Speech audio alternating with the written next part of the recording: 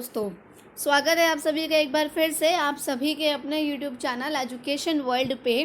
तो दोस्तों, हम लोगों ने अपनी इस वाली वीडियो में लास्ट जो वीडियो थी उसमें हम कहाँ तक कवर कर चुके थे कि कौन कौन किसको कैरी करता है। यहाँ पे जो हमने एक वर्ड ऊपर पढ़ा था कि यहाँ पे कुछ इंसेक्ट्स और एनिमल्स होते हैं जो कि करियर की तरह एक्ट करते हैं डिजीज़ कॉजिंग माइक्रोब्स के। यहाँ पे करियर का मतलब क्या होता है कि जो उस चीज़ को लाने वाला है, यानी कि ला कैसे रहा है, लाने वाला। करियर का मतलब हिंदी अगर एग्जैक्टली आप पूछें तो वाहक, यानी कि वो चीज़ आ कैसे रही है, लाने वाला कौन है। तो कुछ इंसेक्ट्स और एनिमल्स जो उसको लेकर आते हैं। तो हम अपनी वीडियो को यहाँ तक कवर कर चुके थे कि यहाँ पे मॉस्क्यूट एनाफिलस मॉस्क्यूटो क्या लेकर आ रहा है, मलेरिया लेकर आ रहा है, फीमेल एड्स क्या लेकर आ रहा है, डेंगू वायरस लेकर आ रहा है। ऐसे करके हम यहाँ तक पढ़ चुके थे। अब हमें स्टार्ट करना है अपना यहाँ से, जो कि हमारे थर्ड पार्ट होगा इस वीडियो का। सो अपनी वीडियो को स्टार्ट करते हैं हम। यहाँ पे क्या है, पहली एक बात बोल रही है, why does the teacher keep telling us not to let water collect anywhere in the neighbourhood. यानी कि यहाँ पे पहली क्या बोल रही है कि पहली ऐसा पूछ रही है कि हमसे टीचर ऐसा क्यों कहती है, टीचर क्यों बोलती है कि कहीं पे भी वाटर को कलेक्ट मत होने दो, वाटर को एक जगह पे कलेक्ट मत होने दो, क्यों बोलती है ऐसा। तो भाई क्यों बोलती है देखते हैं। All mosquitoes breed in water, की जो सारे जो मॉस्क्यूटोज होते हैं वो वाटर में ही ब्रीड करते हैं। यहाँ पे ब्रीड करने का मतलब क्या होता है कि वहीं पे ना आकर पलते हैं एक तरीके से। इसलिए हमें एक जगह पर वाटर कलेक्ट करके नहीं रखना चाहिए, चाहे कूलर में बहुत टाइम तक पानी नहीं रखना चाहिए, वही पानी गंदा जो होता है टायर्स में, फ्लावर पॉट में, एटसेट्रा, इन जगह कहीं पर भी। By keeping the surroundings clean and dry, अगर अपनी मतलब जैसे कि सराउंडिंग्स को क्लीन और ड्राई सूखा रखेंगे, सही रखेंगे, तो हम उन्हें मॉस्क्यूटोज से प्रिवेंट कर पाएंगे ताकि मॉस्क्यूटोज वहाँ पे आकर ब्रीड ना करें। तो अब यहाँ पे क्या कर रखा है, एक लिस्ट बनानी है हमें यहाँ पे ऐसे मेजर्स की जो कि स्प्रेड करते हैं, यानी कि क्या क्या यहाँ पे हैं, कुछ कॉमन डिजीजेस हैं यहाँ पे जो कि माइक्रो ऑर्गेनिजम्स के द्वारा फैलाई जाती हैं। अब यहाँ पे आपको एक फुल फ्लैज टेबल दे रखी है जिसमें यहाँ पे ह्यूमन डिजीज़, ये डिजीज़ कौन सी हो रही है, कौन से माइक्रो ऑर्गेनिज्म से हो रही है, देन उसका ट्रांसमिशन क्या है, मतलब किस तरह से हो रही है, और देन यहाँ पे उसका कुछ थोड़ा सा प्रिवेंशन दे रखा है कि हम उससे कैसे बच सकते हैं। देखते हैं यहाँ पे क्या क्या है, शॉर्ट में थोड़ा सा इसको पढ़ते हैं। फर्स्ट यहाँ पे ट्यूबरक्लोसिस विच इज़ टीबी, ये हमारी किससे होती है, बैक्टीरिया से होती है। किससे होती है, ये बैक्टीरिया से होती है। कैसे, मतलब एयर से, एयर के कांटेक्ट में होती है, एयर में हो जाती है, नॉर्मली एयर में होती है तो हमें हो जाती है। मीसल्स हैं जो कि वायरस से होता है, एयर में हो जाता है। चिकन पॉक्स है जो हमें चिकन पॉक्स हो जाता है, वायरस से होता है। ये एयर से भी हो सकता है और कांटेक्ट से भी हो सकता है। कांटेक्ट का मतलब यहाँ पे कैसा है कि कभी अगर आप लोगों के घर में किसी को चिकन पॉक्स हुआ होगा तो देखा होगा कि उसे बहुत अलग रखते हैं सबसे, और अगर कोई उसके आसपास ज़्यादा जाता है तो उसे भी कभी उससे कुछ टाइम बाद ही उसे भी चिकन पॉक्स हो जाता है। तो मतलब ये कांटेक्ट से फैलती है, कांटेक्ट से भी। और यहाँ पे पोलियो है जो कि वायरस से फैलता है, जो कि एयर वाटर दोनों। अब इन चारों का ही यहाँ पर जो है प्रिवेंशन दे रखा है। कैसे कर सकते हैं कि जो पेशेंट है उसको कंप्लीट आइसोलेशन में रखना है, यानी कि उस पेशेंट को बिल्कुल अकेला रखना है। और जो उसके जो पर्सनल बिलोंगिंग्स हैं, यानी कि जो उसके रिश्तेदार हैं, घर वाले हैं, उसके जो उसकी फैमिली है, उनको भी उस पेशेंट से दूर रहना है, ज़्यादा पास नहीं आना। और वैक्सीनेशन जो है time to time suitable age पे इस चीज़ की दी जानी चाहिए। देन है यहाँ पे कॉलेरा है, देन टाइफाइड है। कॉलेरा हमारा किससे होता है, बैक्टीरिया से होता है। टीबी तो जो था वो बैक्टीरिया से था, कॉलेरा बैक्टीरिया से है, और टाइफाइड भी बैक्टीरिया से है। इसको याद करने की ट्रिक क्या है कि टी जो है ये किससे होगा, बैक्टीरिया से होगा। यहाँ पे सी आ रहा है, सी से पहले क्या आता है, बी, तो यहाँ पे क्या हुआ, सी से पहले क्या आया, बी, और यहाँ पे बैक्टीरिया से जो है ये हो गया। अब यहाँ पे क्या है, मीसल्स है, चिकन पॉक्स, पोलियो, और यहाँ पे हेपेटाइटिस बी। ये जो डिसीजेज है, ये चारों, हेपेटाइटिस बी का नाम भी हम लोगों ने काफ़ी अच्छे से कई बार सुना हुआ है। तो ये जो चारों हैं ये किससे हो रही हैं, दिख रहा है हमें, किससे हो रही है, वायरस से हो रही हैं। इसको याद कैसे कर सकते हैं, CHMP वाला जो है वो किससे हो रहा है, वायरस से हो रहा है। पी के बाद क्या आता है, वी, जस्ट बाद नहीं लाइक पर आता है वी। ठीक है, ज़्यादा दूर नहीं है। तो इस तरह याद रख सकते हैं कि चंप जो है वो वायरस से होता है और जो टीसीटी है वो बैक्टीरिया से होता है। बच्चा यहाँ पे कौन, मलेरिया, वो अलग है बिल्कुल, उसका वैसे ही पता है कि ये प्रोटोजोआ से होता है, जो कि कैसे होता है, मॉस्क्यूटो से। आई होप सो इतना समझ में आ गया होगा, मैं भी इसको रब नहीं कर रही हूँ, ऐसे ही आप लोग इसे एक बार देख लीजिए, इसका स्क्रीनशॉट ले लीजिए, ठीक है। नेक्स्ट आते हैं, अब यहाँ पे क्या है मेन चीज़, की कॉलेरा और टाइफाइड किससे हुआ, बैक्टीरिया से। अब कॉलेरा वाटर और फूड दोनों से हो सकता है, गंदा खाना खा रहे हैं, पॉल्यूटेड कॉन्टामिनेटेड वाटर या फूड कुछ भी है। टाइफाइड भी वाटर से हमारा हो जाता है। यहाँ पे क्या प्रिवेंशन दे रखी है कि जो भी पर्सन है जिसको हुआ है वो क्या रहे, पर्सनल हाइजीन उसका पूरा रहे, उसकी सैनिटरी हैबिट, सैनिटरी यानी कि मतलब हाथ वाथ धोना सही से, नहाना धोना, गाना गंदा ना खाना, खाना अच्छे से खाना, वाटर अच्छा पीना, ये सब। और मेन चीज़ यहाँ पे क्या होती है कि जो बॉयल वाटर है, कि देखते हैं कि मतलब बीमार पड़ जाते हैं तो मम्मी पानी उबाल के उसको रख देती है अलग से ठंडा, मतलब फ्रिज में नहीं रखती है, लाइक सादा उसको होने के लिए रख देती है ढककर। पर क्या होता है, बॉयल हो जाता है, बॉयल होने के बाद क्या होता है, जैसे कि जब हम मिल्क को बॉयल करते हैं तो उसके जो माइक्रो ऑर्गेनिजम्स होते हैं वो मर जाते हैं, जो उसमें हार्मफुल होते हैं। इसी तरह से पानी को बॉईल करने से उसके जो माइक्रो ऑर्गेनिजम्स होते हैं वो क्या होते हैं, मर जाते हैं। इसलिए हमको बॉयल वाटर यहाँ पे पीना चाहिए, इसमें टाइफाइड में और कॉलेरा में। और यही चीज़ जो है हेपेटाइटिस बी के साथ भी है, ये वायरस से ही कॉज होती है ये भी, और इसमें भी वाटर से होती है मतलब ये। और इसमें भी क्या करना चाहिए, हमें बॉयल वाटर इसमें पीना चाहिए, वैक्सीनेशन भी प्रॉपर करनी चाहिए। मलेरिया ये बहुत अच्छे से पता है सबको कि मॉस्क्यूटो से होती है, और माइक्रो ऑर्गेनिजम्स कौन सा है, प्रोटोजोआ से होती है। टीसीटी किससे, बैक्टीरिया से। चंप किससे, वायरस से। एक ही बचा मलेरिया जो किससे होता है, प्रोटोजोआ से। आई होप सो याद हो गया होगा यहीं पे ही वो ये चीज़। अब यहाँ पे क्या करना चाहिए, मलेरिया में मॉस्क्यूटो नेट जो होता है उसका यूज़ करना चाहिए, और जो रिपेलेंट्स जो होते हैं उनका यूज़ करना चाहिए। इंसेक्टिसाइड्स जो होते हैं, यानी जो लाइक हिट वगैरह होते हैं ना, उनका यूज़ करना चाहिए। और कहीं पे भी अपनी सराउंडिंग्स में वाटर कलेक्ट नहीं होने देना चाहिए, अगर वो होगा तो और लोगों को उससे मलेरिया फैल सकता है, क्यों, क्योंकि वहाँ पे मॉस्किटो की ब्रीडिंग हो जाएगी। आई होप सो यहाँ तक ये टेबल जो थी छोटी सी आप लोग को समझ में आ गई होगी कि डिजीज़ कौन कौन से होती हैं, कौन सा ऑर्गेनिज्म से फैलती हैं, और किस तरीके से उनसे प्रिवेंशन कैसे किया जा सकता है।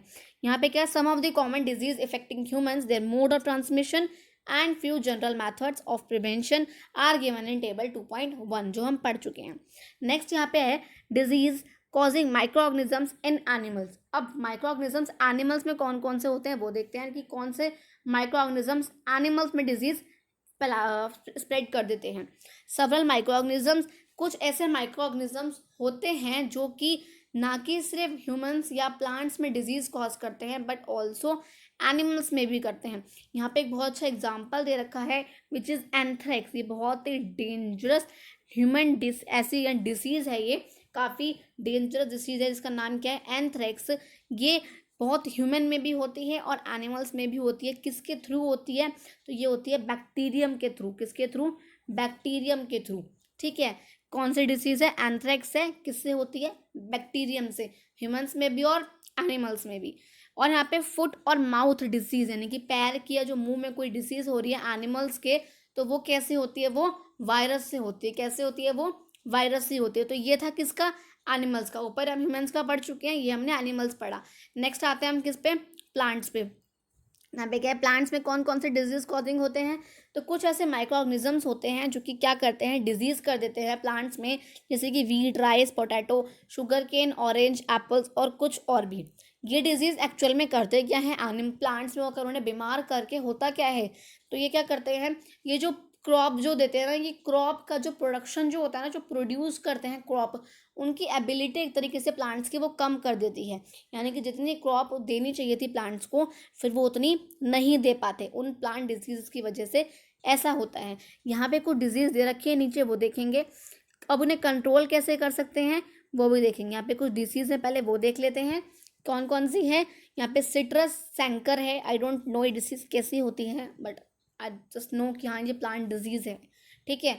कौन से उससे होती है, बैक्टीरिया से होती है, और किस तरह से होती है, एयर।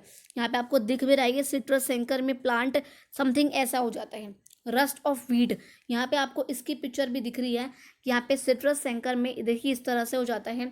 रस्ट ऑफ वीट का मेरे को पता है कि यहाँ पे जो जो हमारी क्रॉप्स होती है ना उसमें रस्ट लग जाए, जैसे हमारी रस्टिंग जब लोहे पर हो जाती है ना, स्टील पर, वो अलग रस्टिंग होती है, वैसी रस्टिंग नहीं, बट यहाँ पे वीट की रस्टिंग होती है, जो आपको इस पिक्चर में दिख रही है, नॉट सो क्लियर बट दिख रही है। यहाँ पे एक और नेक्स्ट है जो कि किससे होती है, ये फंगी से होती है, एयर से या सीड से हो सकती है। येलोवीन मोसेक ऑफ भिंडी, ओकरा जिसे हम कहते हैं यहाँ पे, ये किससे होती है, वायरस से। मोड ऑफ ट्रांसमिशन क्या है इसका, इंसेक्ट। यहाँ पे दिख रहा है आपको, यहाँ पे येलोवीन ये जो चीज़ आ रखी है ना, ये वाली यहाँ पे मेज्ड, तो ये वाली यहाँ पे हो जाती है, जो किससे होती है, वायरस से। अब यहाँ पे मेन चीज़ क्या है कि अब यहाँ पे देख लिया हमने किस किस से हुई है। अब यहाँ पे क्या है कि इन्हें कंट्रोल कैसे किया जा सकता है दोस्तों, इन्हें कंट्रोल कैसे कर सकते हैं कि यहाँ पे हम इन क्रॉप्स के ऊपर अपने कुछ केमिकल्स को हम यहाँ पे स्प्रे कर सकते हैं, ताकि यहाँ पे माइक्रो ऑर्गेनिज्म से जो माइक्रोब्स का अटैक है वो यहाँ पे ना हो पाए। तो आई होप सो इतना आप लोगों को समझ में आ गया होगा कि ह्यूमंस में कौन कौन सी हुई, एनिमल्स में कौन सी हुई और प्लांट्स में यहाँ पे कौन सी हुई। आई होप सो हो गया होगा यहाँ तक क्लियर। नेक्स्ट है यहाँ पे पॉइंट दे रखे हैं कुछ, फूड पॉइजनिंग क्या होता है और फूड प्रिजर्वेशन क्या होता है। पहले हम देखते हैं यहाँ पे फूड पॉइजनिंग क्या होता है। हम लोगों ने देखा है कि यहाँ पे हमारा खाने में ना कई बार होता है ऐसा कि कोई बंदा बहुत ज़्यादा बीमार पड़ जाता है, और जब उसका टेस्ट कराते हैं तो वहाँ पे पता लगता है कि उसको फूड पॉइजनिंग हुई है। तो आखिर ये फूड पॉइजनिंग होता क्या है देखते हैं। Bujo was invited by his friend to a party, Bujo को उसके एक फ्रेंड ने पार्टी में इन्वाइट करा था, वहाँ पे उसने खूब अच्छा खासा खाना खाया, फूड स्टफ खाया। ऑन रीचिंग होम, जब वो घर गया तो उसको वॉमिटिंग हुई, वॉमिटिंग होना स्टार्ट हुआ और उसको हॉस्पिटल लेकर गए। डॉक्टर ने कहा कि ये कंडीशन किसकी है, ये कंडीशन किसकी वजह से हुई है, फूड पॉइजनिंग की वजह से हुई है। किसकी वजह से हुई है, फूड पॉइजनिंग की वजह से ये कंडीशन आई है। पहले ये सोच रही है कि किस तरह से जो फूड है वो पॉइजन कैसे बन सकता है, फूड पॉइजन कैसे बन सकता है, पहले ये सोच रही है। अब देखते हैं कैसे।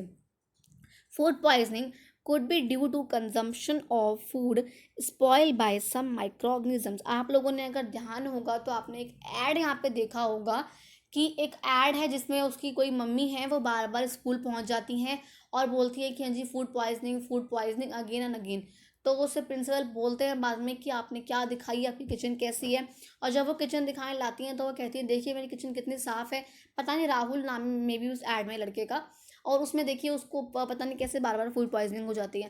तो एकदम वो टीचर उसको बोलता है ये देखिए जो आपने साफ़ करी है किचन, वहाँ से कॉकरोच निकल कर आ रहे हैं और फूड पॉइजनिंग फैला रहे हैं। अगर आप लोगों को ध्यान हो ऐसा एक ऐड आता है, ठीक है। तो यहाँ पे क्या हुआ, यहाँ पे कॉकरोच ने फूड पॉइजनिंग करी। होती किस तरह से फूड पॉइजनिंग कि जो भी हमने जो खाना बनाया है अगर उसका कंजम्पशन कोई भी माइक्रो ऑर्गेनिजम्स है या कोई भी ऐसा इंसेक्ट्स वगैरह हैं जैसे कीड़ा है, मच्छर है, कॉकरोच जैसी चीज़ है, खासकर माइक्रो ऑर्गेनिजम्स हों और जो ऐसे इंसेक्ट्स वगैरह होते हैं, ये बेकार से कॉकरोचेस वगैरह जैसे इंसेक्ट्स हैं, तो ये जो होते हैं रेप्टाइल्स की, उसमें छिपकली हो गई, यहाँ पे लिजार्ड का ही बहुत वो होता है, और कॉकरोच भी, रेप्टाइल्स ऐसे ही होते हैं अजीब से। तो अगर इनका है यहाँ पर, इन्होंने उस खाने को अगर खा लिया, कोई भी हमने जो खाना बनाया है उसका कंजम्पशन अगर इन माइक्रो ऑर्गेनिजम्स ने, या ये जो रेप्टाइल्स की कैटेगरी में जो ये आए दो तीन इंसेक्ट्स, अगर इन्होंने यहाँ पे कर लिया, मोस्टली यहाँ पे क्या माइक्रो ऑर्गेनिजम्स वर्ड ही यहाँ पे यूज़ करा गया है। तो अभी आप लोग यही समझिए कि जो भी हमने खाना बनाया है उसका कंजम्पशन अगर माइक्रो ऑर्गेनिजम्स ने कर लिया है तो वो क्या होगा, खाना बिल्कुल ख़राब हो जाएगा। माइक्रो ऑर्गेनिज्म जब हमारे फ्रूट पे ग्रो हो जाते हैं तो बहुत ज़्यादा टॉक्सिक सब्सटेंस जो है वहाँ से वो प्रोड्यूस कर देते हैं, बहुत ज़्यादा टॉक्सिक, और उससे क्या होता है, फूड जो है हमारा क्या हो जाता है, पॉइजनस हो जाता है, पॉइजनस हो जाता है, जिससे सीरियस हमें इलनेस हो सकती है और इवन हम इससे डेथ भी हमारी हो सकती है अगर बहुत ज़्यादा उसमें पॉइजन आ गया है उनके खाने से। तो मतलब आया कैसे ही है कि जो हमने खाना खाया, जो हमने खाना बनाया उसको हमने प्रिजर्व यानी कि लाइक कवर करके उसको हमने नहीं रखा, खुला ही छोड़ दिया, और आके किसी माइक्रो ऑर्गेनिजम्स ने उसको खा लिया, उस पर बैठ गया, खा लिया, रेप्टाइल्स ने खा लिया, ख़राब हो गया वो, तो पॉइजन आ गया उस पर, तो पॉइजनस हो गया वो। तो बहुत ज़्यादा ज़रूरी है प्रिजर्व करना अपने फूड को, to prevent preserve food to prevent it from being spoiled. कि हम फूड को क्या करके रखें, प्रिजर्व करके रखें, बचा कर रखें, अच्छी तरह से उसको सेफ रखें, एक तरीके से कवर करके रखें। नेक्स्ट यहाँ पे फूड प्रिजर्वेशन। प्रिजर्व का मतलब क्या होता है, फूड को प्रिजर्व करना यानी कि बचाना। तो यहाँ पे फूड की प्रिजर्वेशन हम कैसे कैसे कर सकते हैं, माइक्रो ऑर्गेनिज्म से। हमने ये चैप्टर 1 में पढ़ा था कि कई हमने मेथड देखे थे कि किस तरह से हम अपने फूड को या जो ग्रेन्स है उसको स्टोर कर सकते हैं। हमने यहाँ पे कुछ वीट्स के हमने देखे थे जो फर्स्ट चैप्टर में हमने यहाँ पे पढ़ा था। अगर आप लोगों ने मेरी वो वाली वीडियो नहीं देखी है तो जाकर आप लोग एक बार प्लेलिस्ट में चेक कर लीजिए। वहाँ पे मैंने बहुत डिटेल से ये पॉइंट भी कराया हुआ है कि कहाँ पे हम फूड को स्टोर करते हैं और कहाँ पे नहीं करते हैं। तो अपने फूड को how do preserve cooked food, यानी कि अब जो हमने खाना जो बनाया, ग्रेन्स को तो हमने स्टोर करना देख लिया था, सिलॉस में हमने उसको किया था जो बड़ी बड़ी है अगर, वरना हमने उसको बोरियों वगैरह में करा था, ठीक है। और यहाँ पे अगर हमने जो हमने खाना बनाया है अगर उसको हमने प्रिजर्व करना है उसे हम कैसे करेंगे। तो जैसे पता है कि जो ब्रेड को अगर हम उस वाली कंडीशन में, कि ब्रेड को अगर हम मॉइस्ट कंडीशन में खुला छोड़ दें तो उस पर फंगस वगैरह लग जाती है। माइक्रो ऑर्गेनिजम्स क्या करते हैं, फूड को स्पॉइल कर देते हैं, उसमें से देन बैड स्मेल आती है, उसका टेस्ट भी चेंज हो जाता है बिल्कुल, और उसका कलर भी चेंज हो जाता है। तो क्या ये spoiling of food chemical reaction है? तो यस, कि वो केमिकल रिएक्शन ही है। केमिकल रिएक्शन क्या होता है, जिससे हम दोबारा से रिकवर ना कर सके और जिसमें उसका कलर वगैरह है वो जो उसकी फिजिकल अपीयरेंस है वो चेंज हो जाए। तो यहाँ पे ये जो स्पॉइलिंग ऑफ फूड है ये क्या है, ये केमिकल रिएक्शन है। पहेली ने यहाँ पे एक छोटी सी चीज़ बोली है कि वो कुछ मैंगोज लेकर आई थी पर वो कुछ टाइम तक उसको खा नहीं पाई और उसने देखा कि वो ख़राब हो गए, पर उसको ये याद था कि जो उसकी जो ग्रैंड मदर है उसने उसको जो मैंगो का पिक्कल यानी कि मैंगो अचार, आम का जो अचार डाल के दिया था वो तो वो काफ़ी टाइम तक रखा रहा था पर वो तो ख़राब नहीं हुआ था, तो इसलिए वो कंफ्यूज हो गई। तो यहाँ पे कुछ मेथड्स हमें दे रखे हैं कि यहाँ पे अपने खाने को हम घर पे कैसे प्रिवेंट कर सकते हैं। तो देखते हैं क्या है वो माइक्रो ऑर्गेनिजम्स के अटैक से कैसे उन्हें बचा सकते हैं। फर्स्ट है यहाँ पे केमिकल मेथड है एक, बहुत ध्यान से समझिएगा। Salts and edibles oil, salt और कुछ तरह के ऑयल्स होते हैं यहाँ पे जो कि कॉमन केमिकल होते हैं जनरली ये चेक करने के लिए कि माइक्रो ऑर्गेनिजम्स की ग्रोथ कितनी हो रही है और कैसे हो रही है, या हो रही है नहीं हो रही है, यानी कि माइक्रो ऑर्गेनिजम्स की ग्रोथ को चेक करने के लिए यहाँ पे कुछ सॉल्ट्स और एडिबल्स ऑयल जो है उनमें जो भी हम चीज़ बना रहे हैं, जो बनाई है उसमें डाले जाते हैं। इन्हीं को हम क्या कहते हैं, प्रिजर्वेटिव्स कहते हैं। बहुत ध्यान से समझना है, सॉल्ट्स और कुछ एडिबल्स ऑयल्स को जो कि हम फूड में उनकी ग्रोथ ऑफ माइक्रो ऑर्गेनिजम्स को चेक करने के लिए ऐड करते हैं उन्हें हम क्या कहते हैं, प्रिजर्वेटिव्स कहते हैं। जैसे कि हम सॉल्ट या फिर कुछ एसिड प्रिजर्वेटिव्स डालते हैं अपने पिकल में यानी कि अचार में। अगर आपकी मम्मा ने कभी घर में अचार डाला होगा तो आप लोगों को पता होगा, उन्होंने बनाते हुए उन्हें पता होगा कि उन्होंने कई तरह के सॉल्ट उन्होंने डाला था और कुछ उन्होंने एसिड प्रिजर्वेटिव्स विनेगर टाइप का कुछ यूज़ करा था ताकि उनमें जो अचार है वो ख़राब ना हो, उसमें माइक्रो ऑर्गेनिजम्स का अटैक उसमें ना पड़े। यहाँ पे कुछ कॉमन प्रिजर्वेटिव्स दे रखे हैं, सोडियम बेंजोएट और सोडियम मेटाबाइसल्फाइड। ये दो है आप लोगों के लिए यहाँ पे जो कॉमन प्रिजर्वेटिव्स हैं। और यहाँ पे क्या है, इन्हें हम जाम्स में और स्क्वैशेस में भी इनकी स्पॉइलेज को चेक करने के लिए यूज़ करते हैं। जाम्स तो आप लोगों को पता है, यहाँ पे स्क्वैशेस क्या होता है, एक टाइप का फ्रूट होता है ये, जो कि जिसे हम प्रिवेंट कर सकते हैं इसी चीज़ से। अब यहाँ पे नेक्स्ट क्या है, प्रिवेंशन बाय कॉमन सॉल्ट, कि कॉमन सॉल्ट से भी हम क्या कर सकते हैं, प्रिजर्व कर सकते हैं किस चीज़ को, मीट और फिश को, किस चीज़ को, मीट और फिश को फॉर एजेस तक, किस चीज़ से, कॉमन सॉल्ट से, किसको, मीट और फिश को हम यहाँ पे प्रिवेंट कर सकते हैं। उन्हें क्या करते हैं, ड्राई सॉल्ट से उन्हें कवर्ड कर सकते हैं ताकि उनकी ग्रोथ ऑफ बैक्टीरिया की ग्रोथ को चेक करने के लिए सॉल्टिंग यहाँ पे की जा सकती है। आंवला को प्रिजर्व करने के लिए भी, सड़े हुए रॉ मैंगोज जो हैं उन्हें भी, और टैमरिंड को भी। नेक्स्ट यहाँ पे क्या है, प्रिवेंशन बाय शुगर, के शुगर से हम कैसे प्रिवेंशन कर सकते हैं। तो जो जैम्स है, जालीज है, जैम जेली पता है, स्क्वैशेस बता दिया, फ्रूट होता है, इन्हें हम क्या करते हैं, फूड शुगर से उन्हें हम स्टोर कर सकते हैं, प्रिजर्व करके रख सकते हैं, प्रिजर्व रख सकते हैं। शुगर क्या करता है, यहाँ पे रिड्यूस कर देता है जो भी मॉइस्चर कंटेंट है। क्यों? क्योंकि माइक्रो ऑर्गेनिजम्स कब लगते हैं, मोस्टली रेनी सीजन में। उसका रीज़न भी मैंने आपको लास्ट वीडियो में बता रखा है कि रेनी सीजन में ऐसा क्यों होता है। आप लोग जाके वो वीडियो देख सकते हैं एक बार, मेरी लास्ट वीडियो या ये प्लेलिस्ट में आपको मिल जाएगी। तो शुगर यहाँ पे क्या करता है, रिड्यूस कर देता है मॉइस्चर को, यानी कि जो मॉइस्चर होता है उसे रिड्यूस कर दिया, ताकि अब मॉइस्चर नहीं होगा तो बैक्टीरिया वहाँ पे कम आएगा, बैक्टीरिया की वहाँ पे ग्रोथ नहीं होगी। इनहिबिट करना यानी कि रोकना जो फूड को ख़राब करते हैं। नेक्स्ट यहाँ पे प्रिवेंशन कैसे कर सकते हैं, ऑयल और विनेगर से। यहाँ पे क्या है, use of oil and vinegar, oil का और विनेगर का जो यूज़ होता है हम क्या पे करते हैं अपने, जैसे कि पिकल्स वगैरह में हम ये डालते हैं, क्योंकि बैक्टीरिया ऐसे एनवायरनमेंट में नहीं रह सकता है जहाँ पे ऑयल है, विनेगर है, बैक्टीरिया वहाँ पे नहीं आता है। वेजिटेबल्स, फ्रूट्स और फिश और मीट इन्हें भी हम ऑयल और विनेगर से प्रिजर्व करके रख सकते हैं। यहाँ पे नेक्स्ट है बहुत important, heat and cold treatments. हम लोगों ने यहाँ पे देखा होगा कि जो हमारी मम्मी हैं, जब हम बाहर से दूध लेकर आते हैं पॉलीथीन में, अमूल का लाएँ, पारस का लाएँ, मदर डेयरी लाएँ, जो भी लेके आ रहे हैं, वो जब पॉलीथीन में जब पैक होता है अच्छा खासा, सब पूरे पैकेट में आता है वो, तो घर पे लाकर पहले उसे मम्मी बॉयल क्यों करती हैं यूज़ करने से पहले, ऐसा क्यों करती हैं? तो भाई देख या इसका क्या है कि यूज़ करने से पहले या स्टोर करने से पहले उसको बॉयल इसलिए किया जाता है क्योंकि बॉयलिंग जो होती है ना, वो कई तरह के माइक्रो ऑर्गेनिजम्स जो होती हैं उन्हें किल कर देती है। क्या कर देती है? उन्हें किल कर देती है। और सिमिलरली इसी तरह से क्या कर सकते हैं, अपने फूड को हम रेफ्रिजरेटर में यानी कि फ्रिज में अपने स्टोर करके रख सकते हैं। लो टेम्परेचर में भी जो माइक्रोब्स हैं नहीं आते। लो टेम्परेचर यानी कि ठंडे, उसमें जब 0 degree something, 2 degree 3 degree Celsius है, तो वहाँ पे भी वो नहीं आते हैं। नेक्स्ट यहाँ पे बहुत इंपॉर्टेंट, एक बार यहाँ पे आप लोग बहुत ध्यान दीजिए इस वाले प्रोसेस पे। 5 मिनट का और है, बस बहुत ध्यान से समझिएगा क्या है यहाँ पर ये वाली चीज़। यहाँ पे बूजो बोल रहा है वाई डज द मिल्क, जब अगर why does the milk that comes in packets not spoil, my mother told me that the milk is pasteurised but is pasteurisation.